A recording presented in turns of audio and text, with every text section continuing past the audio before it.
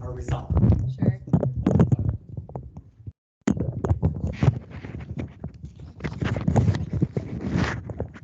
So, good evening. Thank you all for coming. Pardon? Evening, Russ. Well, how about from everybody else? So our students are ready. They're ready for their presentation, and following their presentation, our professors will introduce our panelists. But first, I get to talk.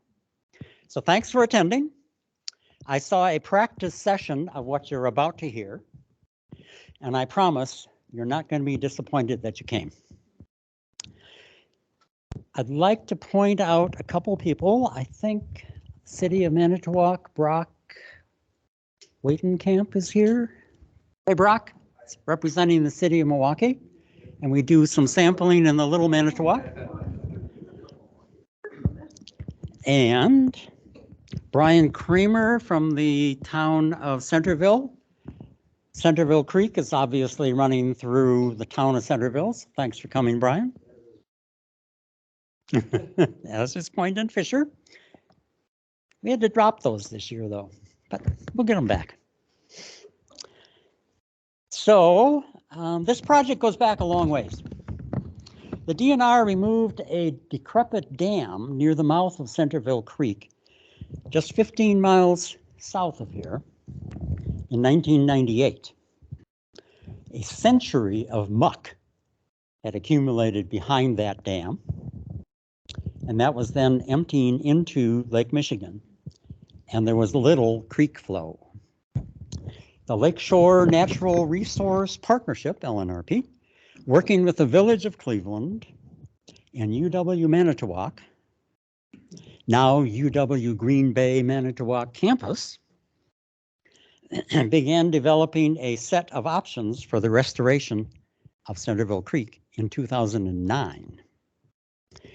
And a creek restoration project was implemented in several phases. And an important part of the project was testing to see whether or not the restoration was actually having a positive impact. Hence, we have ongoing testing of the water in Centerville Creek and several other creeks. I've had the pleasure of working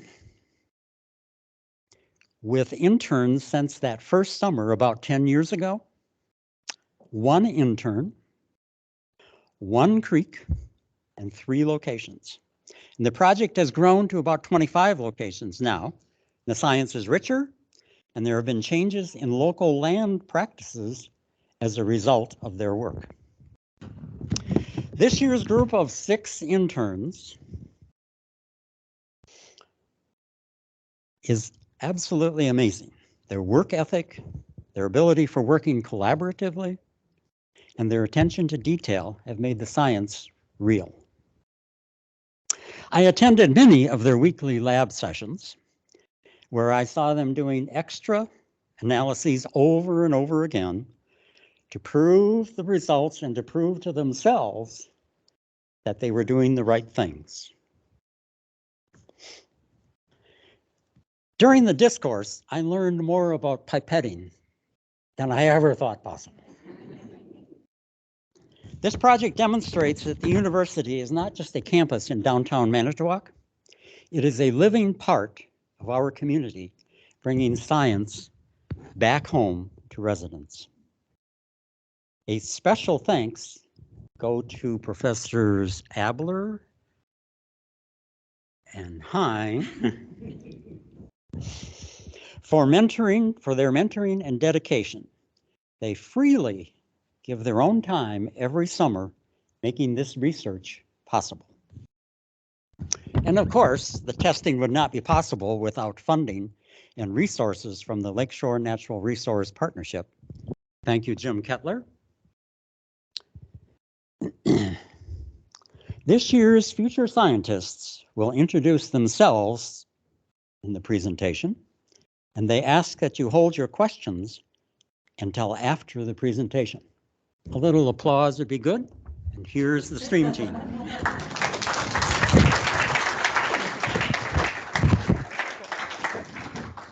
Okay, good afternoon, everyone. We are the 2022 Watershed Monitoring Program in Manitowoc County, also known as the Stream Team or Swamp Kids if you talk to our janitors. And we're here today to just basically tell you about our experiences and data that we've collected throughout the summer and how that could potentially affect you from being a citizen to a farmer, just whoever you are, because the environment is everywhere. Again, please hold questions till the end. With that, my name is Sam Fromfeld. I was on the Southern Stream Team, and my main job was the QA/QC coordinator, which is quality assurance. My name is Chris Santiago. I was also with the Southern Stream, and I was the field coordinator for the Southern Streams. My name is Natalie Ford. I was also on the south side, and I was the inventory person. My name is Lee Watson. I'm the start of the northern side of the streams, and I was the lab coordinator throughout the summer. My name is Ian Liker. I was the north side field coordinator. Hi, I'm Tiffany Paulman. I was also on the north side, and I was the data leader this summer. I got it. Okay, so we monitored 4 different creeks around the area, which being Calvin, Centerville, Pine, and Little Manitowoc River. Want to go to the next one? So big question, why monitor these streams? Overall, everything that is going into the streams is leading to Lake Michigan. So we want to see where potential pollutants are coming in and observe how that affects our streams and how that is going to impact the local areas and overall big areas, considering Lake Michigan is a major part of our ecosystem here. When and where we sample, we would go out weekly every Monday morning. There was north side and south side, as you heard in our beginning there.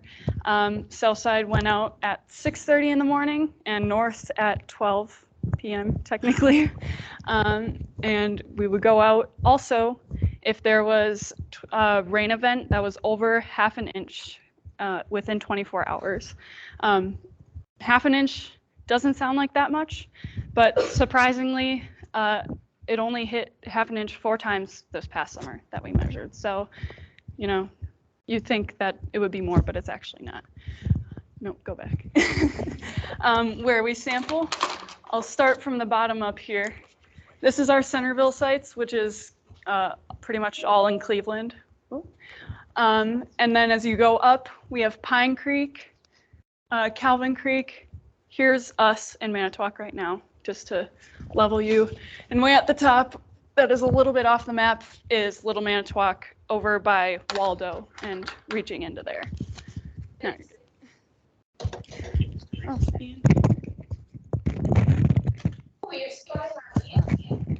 All right, some of the equipment that we used while we were out in the field was our,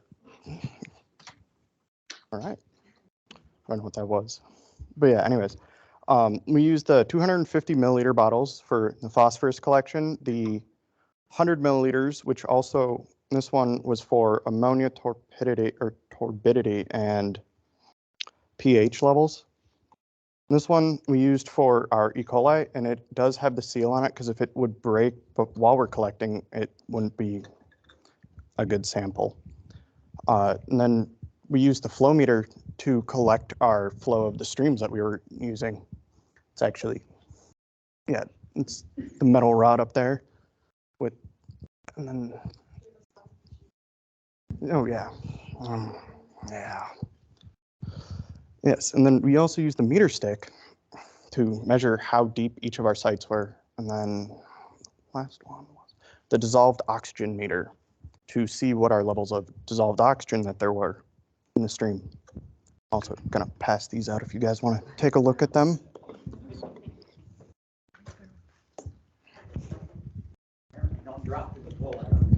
Yeah. Okay, so we did lots of different tests, as you can tell just from our utensils, things that we used. First being one that you probably all have an idea of, temperature. We used 2 different things to measure temperature this summer because, again, we were having lots of technical issues. So we used a thermometer, which you just stick in the water, and then it will even out to what number it is. And also we used the DO meter that had an automatic temperature reader inside of it. Why is temperature important?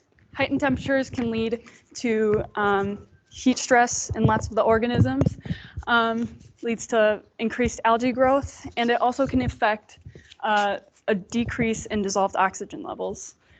That, I know that probably doesn't mean anything to you, but dissolved oxygen is basically how much life can be, it controls how much life can be sustained in those streams.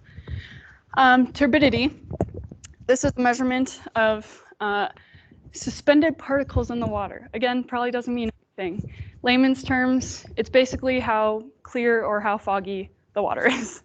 That's important because the pollutants are attachment sites for pollutants. Particles are attachment sites.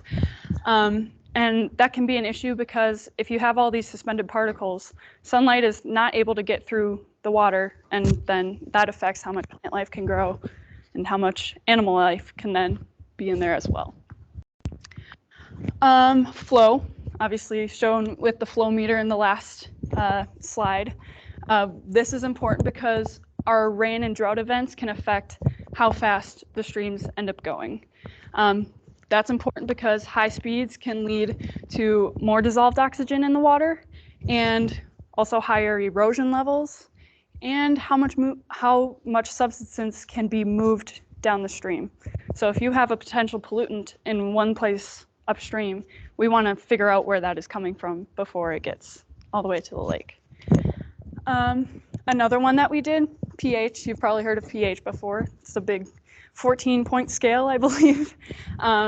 This basically measures the acidity of the water, and that in turn tells you how much animal life and plant life can live in that as well. Water standard across the board, 7.2 to 9.6 to the first, and in our average streams around Manitowoc County is 7 to 9.2. E. coli, this is a big one. Lots of people have heard of E. coli before. What is it? A lot of people think it's bad, but it's okay to have a little bit as long as you're not drinking it. But E. coli is an indicator used to identify the amount of fecal contamination in the water. So this is important because it tells us whether water is safe for recreational use, whether that being, swimming in the streams. Probably aren't going to do that too often. But lots of people, if you go even to the lake, you see people playing fetch with their dog, going and swimming to reach like a stick in the water. Likelihood is that dog is going to be consuming some of the water, which in turn will have E. coli in there as well. So if our standards are over 1,000 and that beach is closed, that dog has potential to get ill because it's ingesting all this E. coli. So how do we even read this E. coli? First of all, you see this tray. Well, first we take the water sample, obviously, and we put a reagent in that water sample into this tray. And that is then incubated for 24 hours. And after the 24 hours, we are able to read based on how many glowing boxes there are. As you can see in this one, they're all full. That is a closed beach. Do not want to go in that water or drink it. So then there's just this large calculation sheet that you go down. Doesn't matter. But yeah, so the more lights, more wells that are lit up, that's the more E. coli that is present. Ammonia and nitrogen. So this is a big one because this also tells us how much life can be sustained. But it's essential for organism growth. Too much is harmful and too little is harmful. There's 2 different forms. There's the NH3 form and the NH4 plus ion form. The NH3 is toxic to most fish. So this is why we don't want to have all that ammonia in there. But in the NH4 form, that's the good thing, that we needed things to grow. When there's a raise in temperatures or this can be converted into NH3. raising temperatures, pH, and different microbial processes that will lead to the change in NH4 to NH3. And this can be introduced by different fertilizers, manure, sewage, decomposition of plants and algae. If the streams are dying, that'll definitely change the ammonia levels. So ideally, we would want it to be 0 for it to be completely healthy, but this is how we read it. And we put 2 different reagents in, and then we do it through this little color wheel, and then you just match it up, and then that's how you read the levels. Phosphorus. So this is the big one that takes up the most time in our lab days, pretty much. Why is it important? It's a limiting factor of eutrophication, which is a big word for how fast algae and plants can grow in the water. We track it because rain events can increase the phosphorus in the streams, because if you're getting more runoff, whether that be surface runoff or groundwater, that's going to affect how much phosphorus is in that water. So how we do it, you can see in the upper corner here, we come in and we filter 100 milliliters through that, and that's going to tell us the difference between dissolved phosphorus and total phosphorus. If it is filtered through, the phosphorus that's in it is dissolved because it's not getting stuck in that filter. Then it goes through this whole big heating process, and that takes like 2 hours. And then we put it in these beakers and then put 2 different reagents in it. And those reagents change the colors with the presence of phosphorus. We then transfer those into these little cuvettes that are about that big, and put that in this photospectrometer, and that measures the absorbance level of the light passing through the cuvette. And then that number gets put into another calculator, and then we can see the total phosphorus for that. Oh, wait. What it is, impairment that drives the TMDL, total maximum daily load. I didn't even know what that meant a couple weeks ago, so I had to search it up.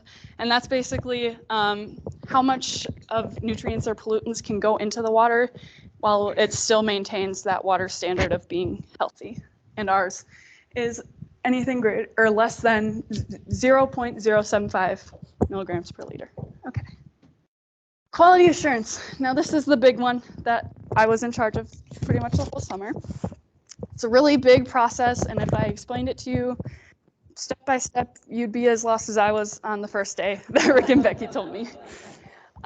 Basically, it makes sure that our techniques are up to standard, and it makes sure that our standards are consistent.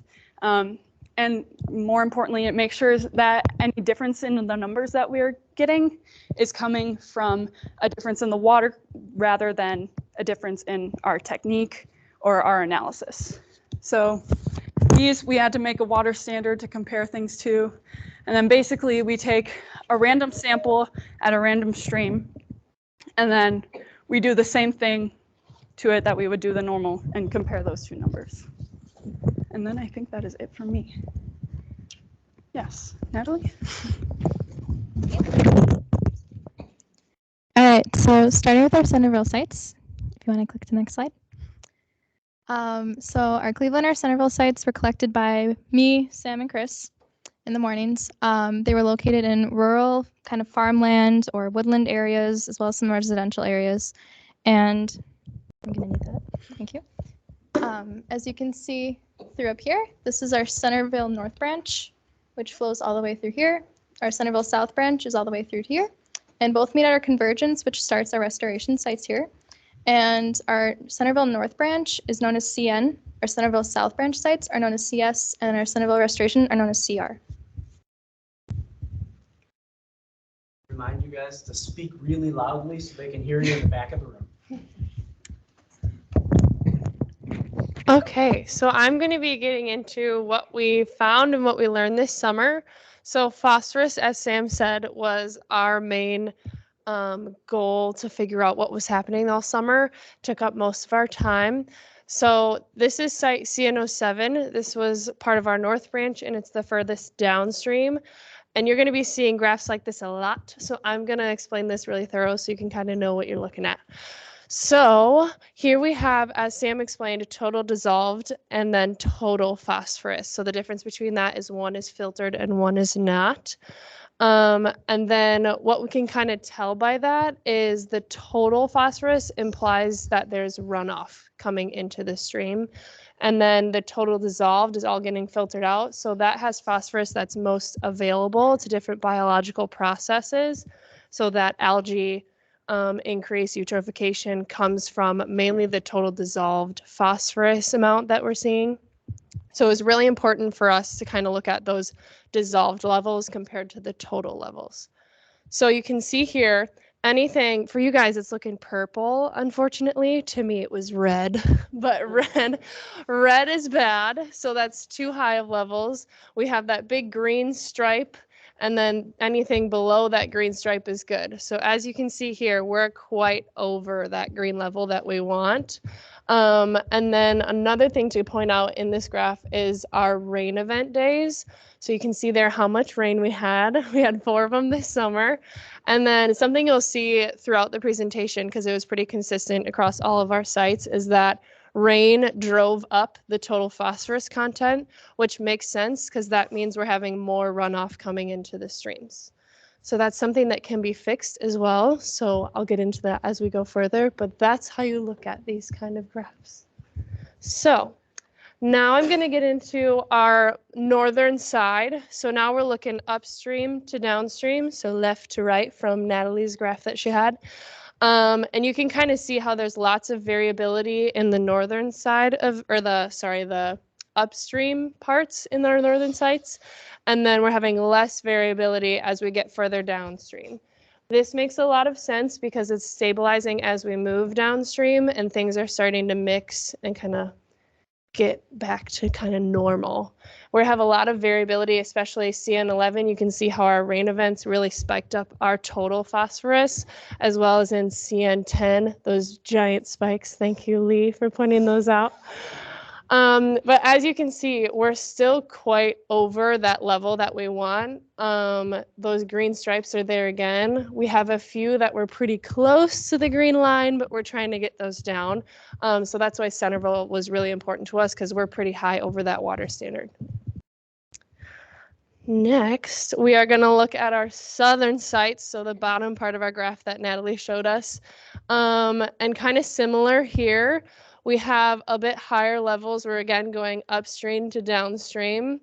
We're seeing that we're having more variability in CS14. And then as we head downstream, we're kind of leveling out a bit. And we're also decreasing a little bit as we go downstream as well, which is good. That means things are mixing. And then I also want to point out CS14, we have some no data points there. CS14 dried up for a couple weeks. So that kind of just points out how much variability we're having in those streams that are more upstream, or our sites that are upstream. And now we're going to kind of center in on one of our sites, that CS13, the top right. The levels are very, very high there. So we consider this a hot spot for us for phosphorus. So we're gonna talk through what we investigated about that site this summer. Thank you. So, like Tiffany said, this is actually one of our stories, one of our hot spots, CS13. It is our Centerville Southern, one of those spots. And actually, if we look at our map, we can see it's way out here, way down here.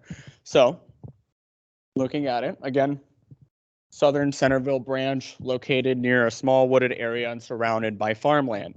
Now, as we were out there, we had to make a couple of physical observations, things we see and things we smell, whatever it might be. And one of the things that we smelled was just this really nasty, oniony manure smell that just kept staying. And over the rest of the summer, we started seeing that the surrounding stream banks had this oily green color as well. The width actually started to begin to decrease from what we could kind of tell. And actually, if we look kind of right here, there used to be a little bit of water there. And it just kept getting just a little bit smaller and smaller There was some more green algae in the water, and overall, we saw a healthy plant growth throughout the entire summer. So those are our physical observations, and when we take everything back, we run through all of our tests, we came out with some data. And I'm going to walk you through what we have here. So starting with our unionized ammonia concentration, like we talked about earlier, it kind of gets broken down into two sections, really. One of them being, hey, this is not meeting water quality standard, and this is meeting water quality standard. Over the course of the entire summer, it was kind of in the water quality standard until towards the end it kind of got out of there. And again, that can actually become toxic to most fish. Now, we'll come back to that. It was actually higher compared to our other sites. Now, if I lead you into our E. coli concentration, this one's broken down into three sections: what's safe, what is at risk, and then of course what we have for it's do not go into this water, please. With all this, we had one good day. It was great. But the majority of the rest of this, we're seeing outside of those levels. We're seeing where it is in our yellows and what is supposed to be red. Now, another important thing is to understand that when it's hitting these high levels and it's plateauing especially, that's just it being too high for us to count. We have our lab methods and it only goes up so high. So it could actually be higher than what we have here. And again, kind of matches with a lot of our rain events. Now, I'm going to lead you into our phosphorus concentration for this site. It is broken down into two sections one last time. What is not meeting water quality standard, and this tiny sliver right here, which is meeting water quality standard. And all of it is not meeting that standard. What we noticed is that, especially when it rained, there was a higher phosphorus concentration, and this is common for our Centerville sites, but it was especially so and higher than even those sites when it came to CS13 in particular. So when we take ammonia, E. coli, and phosphorus and kind of put it together with all of our visual observations that we were out there to see and smell, we actually came up with a potential cause, which is fecal coliform bacteria. Now, I have to preface this.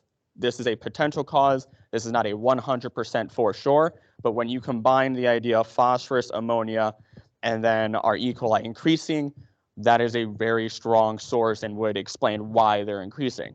So what is fecal coliform bacteria? It is a type of bacteria that is sourced from warm-blooded animal feces that can cause illness and harm to the surrounding environment. What are the sources of it? It could be direct discharge of animal waste, agricultural runoff, which could be manure. We could be looking at contaminated groundwater, let's say a pipe burst, or untreated human sewage. So these are all potential causes for why this happens. And the last part that we can look at is how do we try to prevent this? There are a couple of different ways. One of them is to actually use man-made or natural buffers to minimize runoff. Trees are actually a really great option. We can actually take better control of runoff from farmland properties. We can improve water treatment sites, fix or replace these septic systems, again, going back to the idea of maybe a pipe burst or otherwise, or implement fecal coliform filtration systems. But as far as anything goes, that's our CS13 story. And here you go. All right, so I know. All right, so beginning with our Centerville restoration areas, starting with our convergence site, which is CR03, shown up here. It flows into our midpoint, which is known as CR02 down here. And then it meets our lake site, which is nearest to Lake Michigan, right here, CR01. So in 2012, the restoration project started with stage 1, where it turned a mill pond into an actual stream. But stage 2 began in 2021, where it turned all this lovely area into more lush with trees, plants, and other grasses. Next, please. And then beginning with our phosphorus, one thing I want to note is, as you can tell from this graph alone, our Centerville restoration sites showed a lot of lower phosphorus levels compared to all of our jumps with all of our other Centerville north and south sites, even at one point reaching in our dissolved phosphorus level beneath the green line, which is crazy. And if you wanted to CR2, once again, you can see in this graph as well, rain events didn't really have much of an impact on Centerville restoration compared to all of our other northern and southern branch sites, which we found was pretty weird, but it also proves that the phosphorus is mellowing out, so the restoration project is working. which you again can see just alone in CR01. We did have a little spike, but it was able to just kind of mellow out there towards the end. Next. All right, so our main focus for this story is the effect of herbicides, which we saw throughout the summer. Lee and I had gone back in our early weeks of starting where we went to recollect an E. coli sample. And when we did that, we saw a team of people spraying a mixture of herbicides, which included Garland 3A. And it turns out they were spraying it in order to control different invasive species that were filling the area. One of which was, I believe, reed canary grass. And what we learned was that it only killed the plants down to the roots. It didn't have an impact on phosphorus levels, but we did see it affect oxygen levels in the water with all the dead plant matter. And we saw a lot of high erosion, which I'll get into a little bit later. So if you want to hit next. So beginning of June when we started collecting, you can see from these pictures alone, it is very lush and beautiful with like greenery, flowers, other plant life. And overall, it seemed pretty normal. We didn't see any issues with it. But as we got into later June and the midweeks and towards the end, you can just see right here in this photo on both sides of the stream, the banks were kind of eroding away, plants were dying, and it just overall didn't look super appealing. But as we made it into July, we suddenly saw this boom of plant life on our sample side where we would come in to get our data. And once we hit mid-July, we noticed that along our sample side, there was an increase in plant life overall. You know, we saw like plants were able to kind of rebound.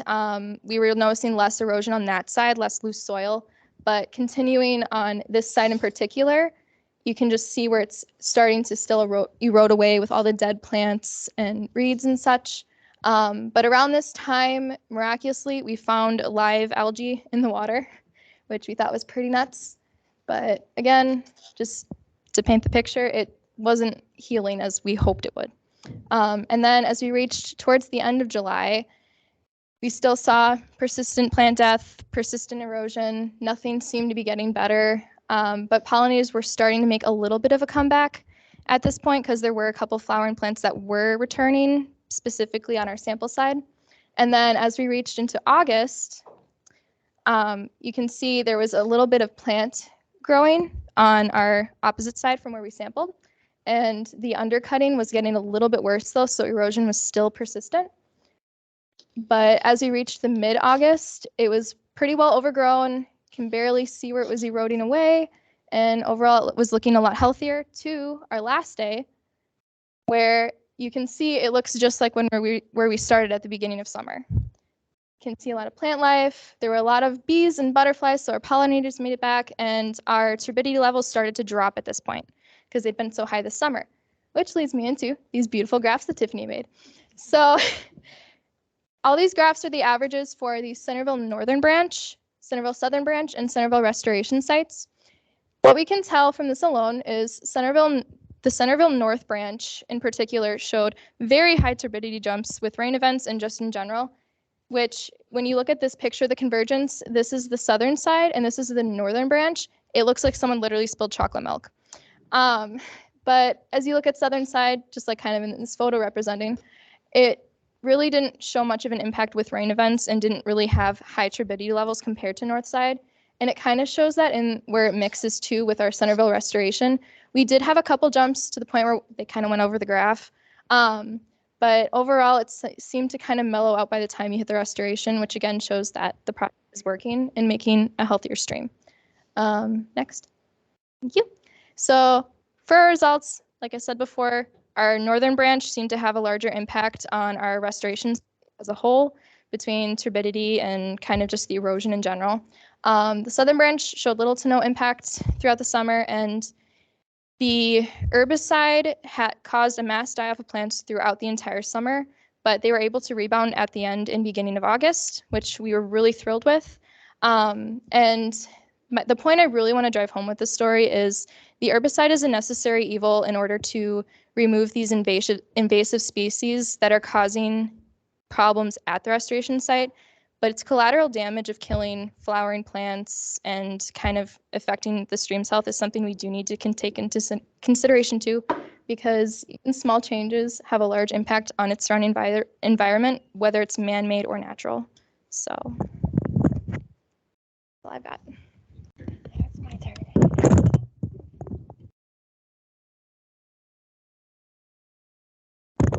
Need both hands.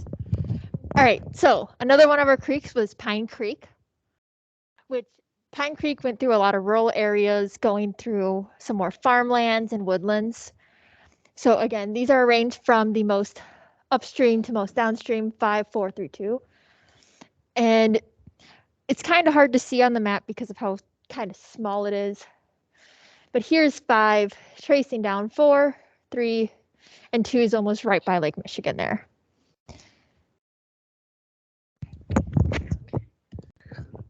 Okay. So I'm back. I'm going to talk to you about phosphorus again. So the general trend we can see from Pine Creek is that we are underneath the water standard at some points, which is great news, and we're way below the levels that Centerville Creek showed. So that's good news. We're also going upstream to downstream here. We do have some spikes as we head downstream. Something to note here is how rain events can again affect how much total phosphorus we have in the water. As you can see in PIO2, especially on July 24th, you can see how our levels drove up because we had over an inch of rain there. And that's something that can be controlled by the surrounding areas, how much runoff is getting into our streams. But overall, much lower levels than Centerville, which is a great sign.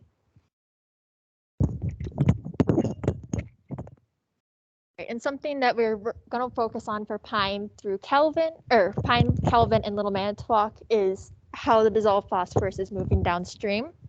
So I'm going to first really explain these graphs in detail, and then there's going to be 2 more sets of graphs that you'll understand a lot easier. So what we see here is, again, the purple that's supposed to be red is over our water quality standard. Green is our water quality standard, so very good. We do have quite a few that are in, so nice and happy. Here, the rain event dates are, or the rain event data is marked by these red triangles. So you can see how they are, again, higher than a lot of the other data points. And what we see here is a trend line of how the phosphorus is moving downstream.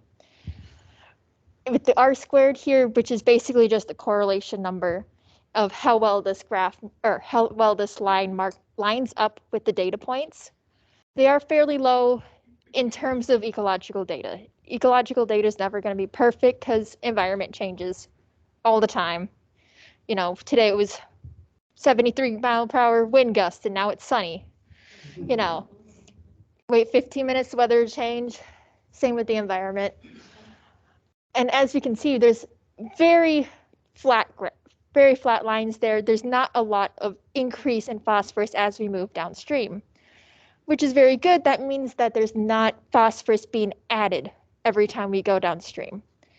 So basically what we put in Pine 5 is basically making its way to Pine 2 without too much extra input. Moving on to Kelvin. This one is a very rural area, mostly farmland zones. One of our sites was actually right next to a field, which was kind of fun to see.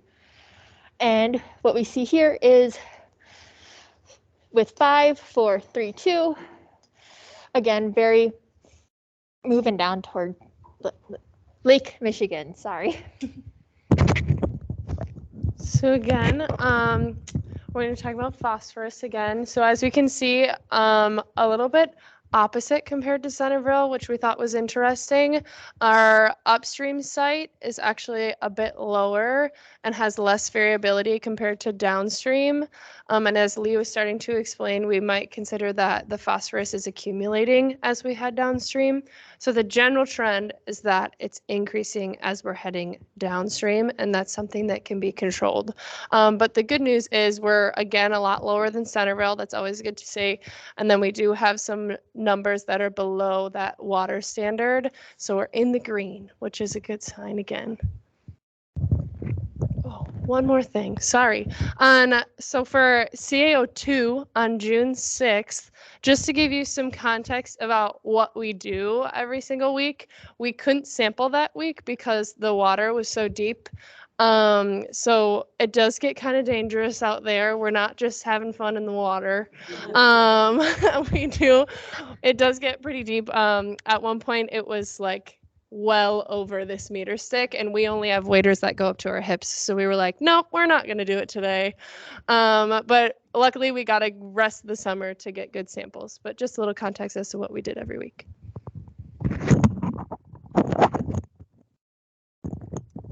All right, and showing how Tiffany mentioned how the phosphorus was accumulating downstream.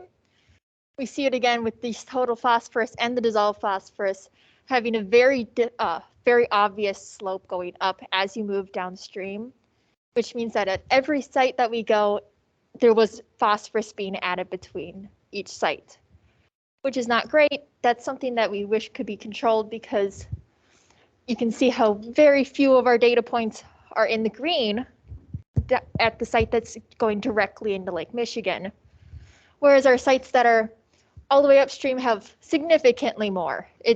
This is what we'd prefer to see going into Lake Michigan, but unfortunately that's not happening right now.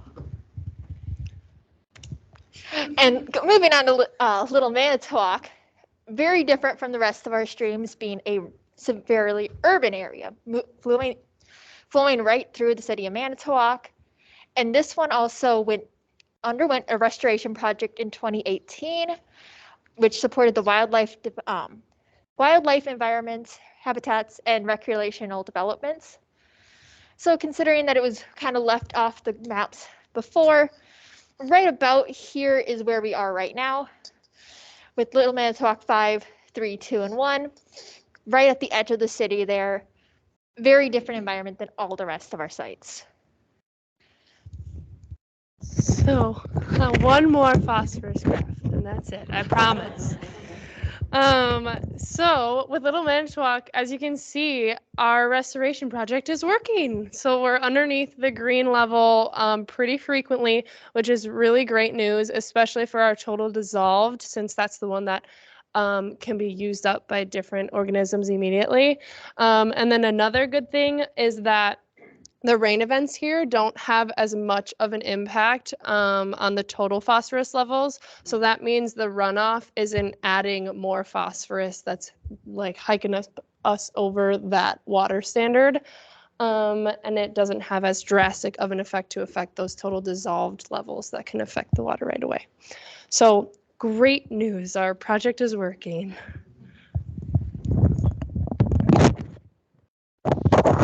All right, and to show it again, last one. Don't have to worry about the phosphorus graphs anymore. Again, we see very little slope. It's a little more obvious here because we don't have that nice water quality line going back over it. Very flat, meaning not phosphorus is barely being added to the stream, which is excellent. We don't want that going into Lake Michigan. Not good for anyone. And again, just nice, small. All of our dissolved phosphorus are underneath, even though that one looks slightly over, it's barely under, but it's under, and it's nice and easy. So that's all of the data we compiled over the summer. We did want to start to take a look at the data that we got from last summer, from last year's stream team, and compare it to this year's. We couldn't kind of dig in deep, otherwise we'd be here for probably another hour and a half. But we did have about a ½ inch less rain this summer compared to last summer, so you can take that into consideration when we're talking about total phosphorus levels. And then we did see that at the majority of our sites, the average phosphorus concentration is lower compared to the last summer. There are some specific sites that are higher, and if you're interested in those specific sites or learning about where you're living close to or something like that, you can head over to www.higa-bay.org. Thank you, Russ, for creating this website for us. It's beautiful and it's really easy to navigate. If you want to find out any of the data that we collected this summer, it's over on this website. You can dive right in for hours and hours.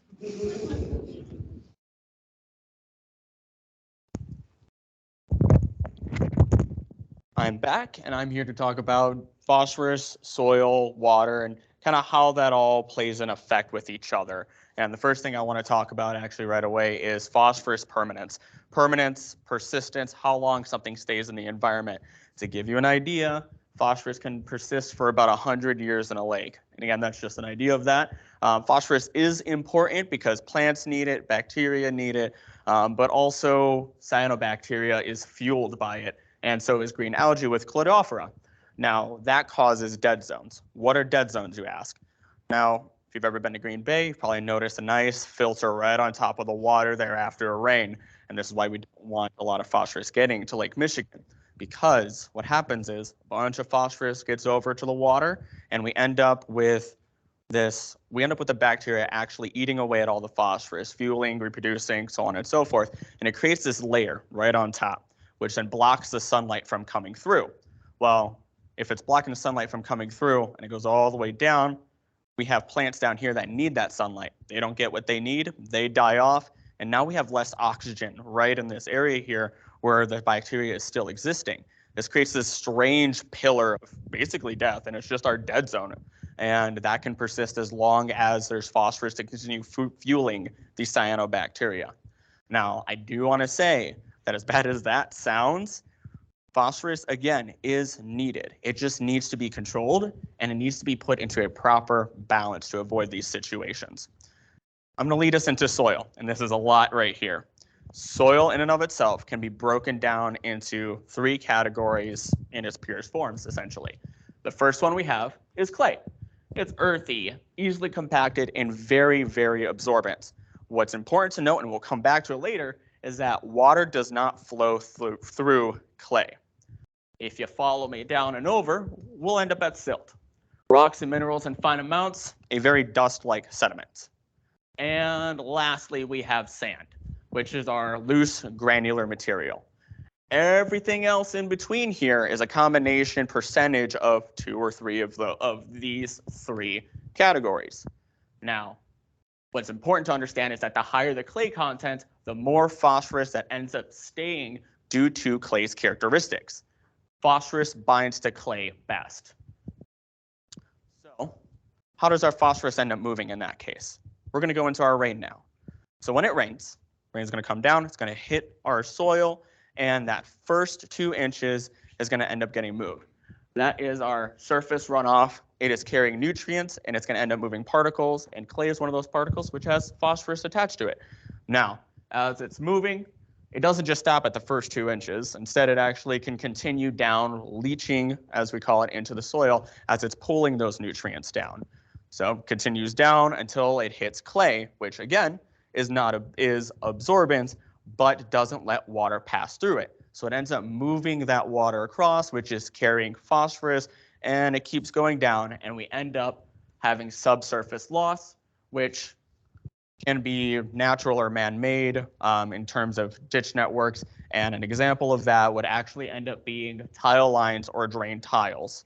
So with all of this movement of water and the soil and phosphorus, all of this is actually very closely tied with soil grades and turbidity.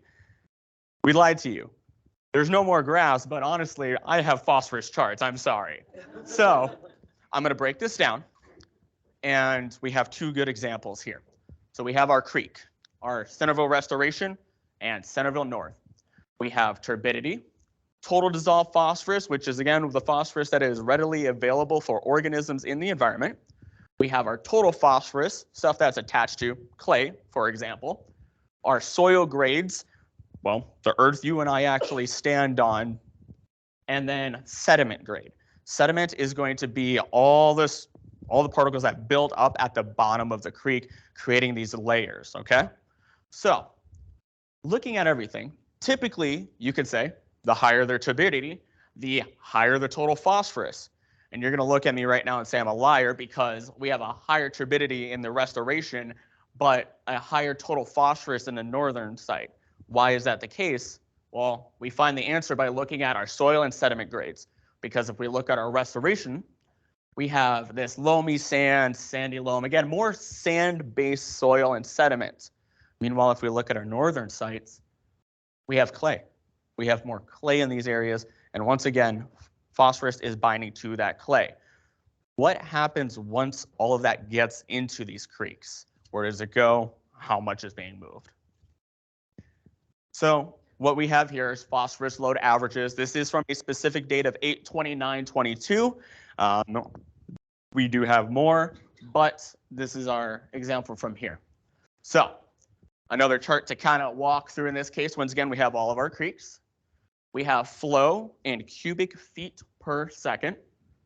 The phosphorus concentration, milligrams per liter. And because we're American, we have phosphorus load in pounds per day. Now, average flow per creek, we're actually going to take our case study and look at Little Manitowoc. And a very important thing I want to note first, Little Manitowoc is our big one. It is wide. It moves a lot of water. And that's going to be important as I explain this further.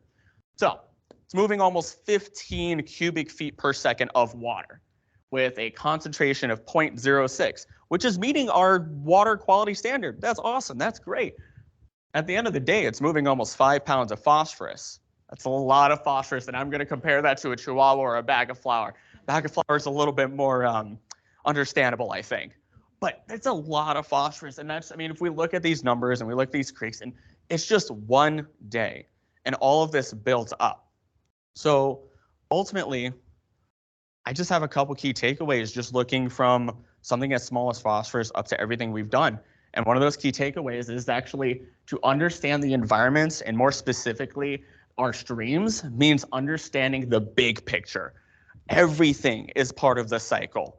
And many different things actually come together as a collective to affect our environments, whether they're natural or man-made.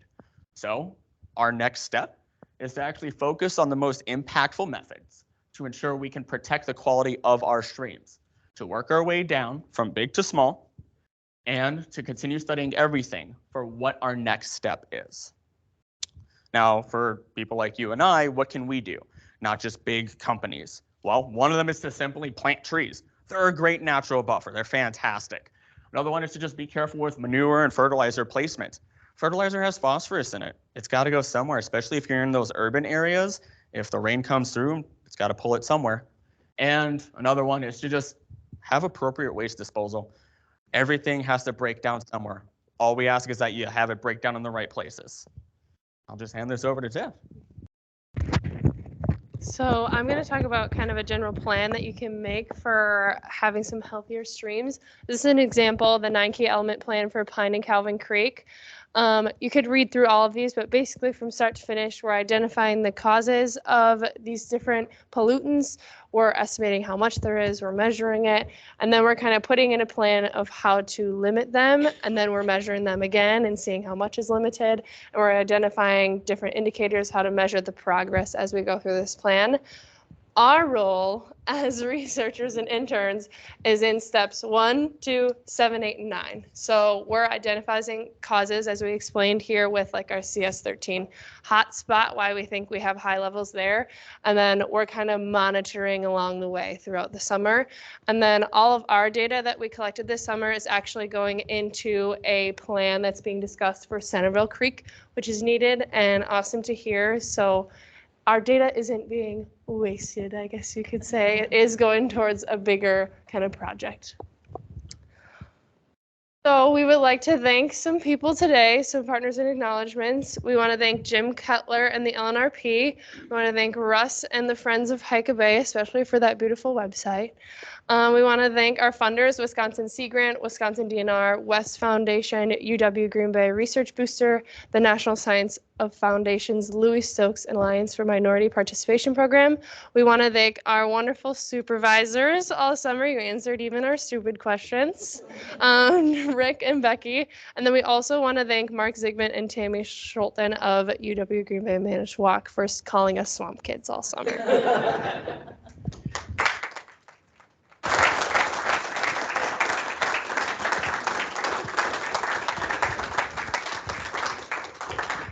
So some of our technical difficulties delayed the start of the talk a little bit. So I think we'll open it up for maybe 5 or 10 minutes worth of questions before we have our panelists step up. So if anyone has any questions, feel free to raise your hand and they will call on you.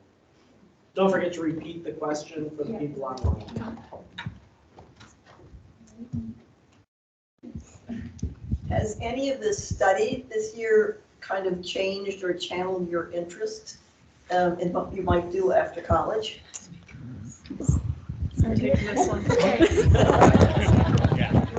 Okay, the question was, has this changed our perspective on what we want to do in the future? So since high school, I've changed what I thought was going to be my major like 4 or 5 times already. And doing this project and also going on a trip this summer has made me realize that I love working in the field, and doing data is actually kind of fun. Like the mathematics of it is really fun. And I am a bio major right now, and I think I'm going to major in biology still, and then minor in environmental science or hydrology, which would be doing this kind of stuff hopefully for the majority of my career. So yeah. What did you come in as? Like as a freshman or? Yeah, intended major. I came in as a psychology major. So yeah, it definitely changed. Also very useful. Yeah. Rest of the net. Oh, you want to? Sure. I originally was going to be an art major, but I attended the Stream Team presentation last fall, which originally sparked my interest of wanting to do this summer. And with a talk with Becky that I had this past spring and everything, I ended up switching my major to environmental science studies with just a minor in art now. I was already dead set on environmental. I just couldn't find my place. And eventually I was thinking about environmental engineering, and going through this program in particular, I really found my spot. I found my interest where other people are like, soil, why? Of all things, just God, stop it. And I just sit here and I go, it's amazing. Get my hands dirty and just keep going with it. It's so much fun. I'm pretty much in the same boat. I've always wanted to do something involving science, and this internship has just sparked my love of working in the field. It's just so much fun. I wish it's what I want to do. So For me, it was originally culinary school, then took a few years off and I actually switched over to this, and I'm having fun with it.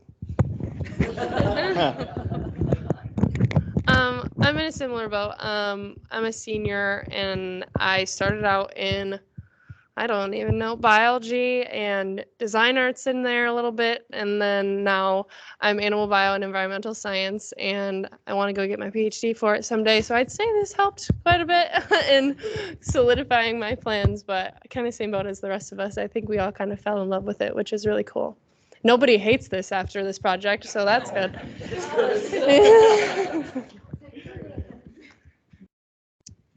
Can I riff on that last question a little bit? Sure. There's so much scientific illiteracy. There are so many profound issues, including the climate crisis. When you talk to your peers, younger individuals who kind of recognize there's some challenges here, how do they often respond when you're trying to explain your passion for the work, as well as the relevance and the importance of this work in a broader sense? I can take this one first. Okay. So the question is kind of explaining this to our other peers and explaining the importance of this, especially when scientific illiteracy is a big thing right now. For me, so I'm the only environmental person in my household of roommates, and it's fun sometimes.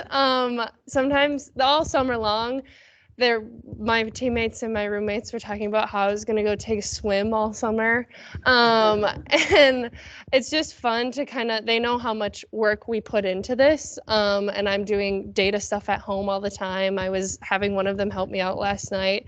So it's kind of fun that they get to dive in it with me. And they also get to sit there and listen when I'm like, oh my gosh, the phosphorus level is below the water standard. And they're like, what does that mean? So I think for me, it's been really fun. And I think at least in the environment I'm in, people are really open to kind of hearing about it. So that's been a benefit for me, but I know it's different for different people. Yeah. Okay.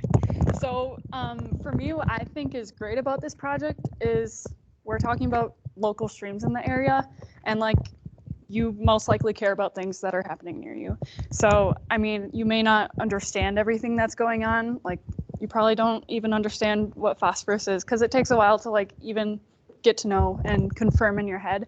But when you start to see and we can explain like, hey, water quality is either good or bad or fine, people can actually relate to that in these areas. So I think this is a great starter to those who may not believe in, things that are happening in the environment. And it's a great starting point to help get people moved into that conversation. Sam, didn't you literally get your mailman interested in this? Yes, I did. One of our days out in the stream, my old mailman, drove past and he texted me and he was like, "Were you just walking out of a ditch?" And I was like, "Yeah, I was actually." And we ended up sampling the creek that he lives near with our intern. Yeah, which was really a cool way of showing how that impacts our local community. Anyone else? I nerd out about everything, and I feel bad for everybody around me because they heard me this entire summer. I talked about soil, I talked about water, and I was encouraged every single day. They would just listen to me, and if they didn't understand, they'd ask. Thank everything that they did because I was going to tell them anyway. They didn't have much of a choice. I go so in depth and just nerd about it too much, and I just find so much fun about it. It's great. I lucked out in that sense.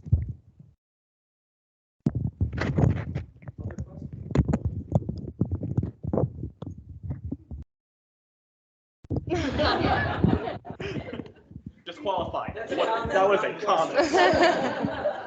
They told us we were awesome.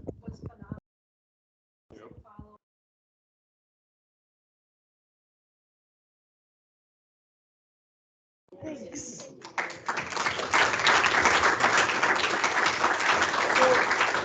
I think that's a good segue, and I know there's probably some more technical questions out there for the students. So what we'll do is ask them to stay after our panelists, so that way we can have our panelists do a short presentation, about half an hour, with questions, and then anyone that would like to stick around and ask more questions is welcome to stay. But that way we'll be respectful of people's time and get you out almost on time. If anyone wants to stick around and look at all these amazing graphs, they're all here. The soil doesn't stop there. So thank you guys one more time.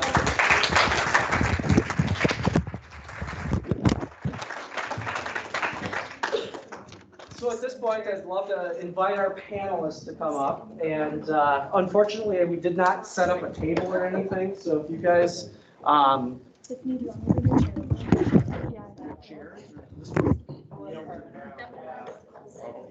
We can rip it out. We can figure it out.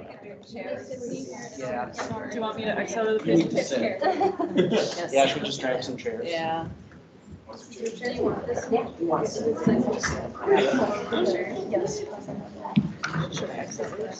Yeah, why don't you put, I don't Yeah, know if if anyone Morris needs is to going to go leave, first.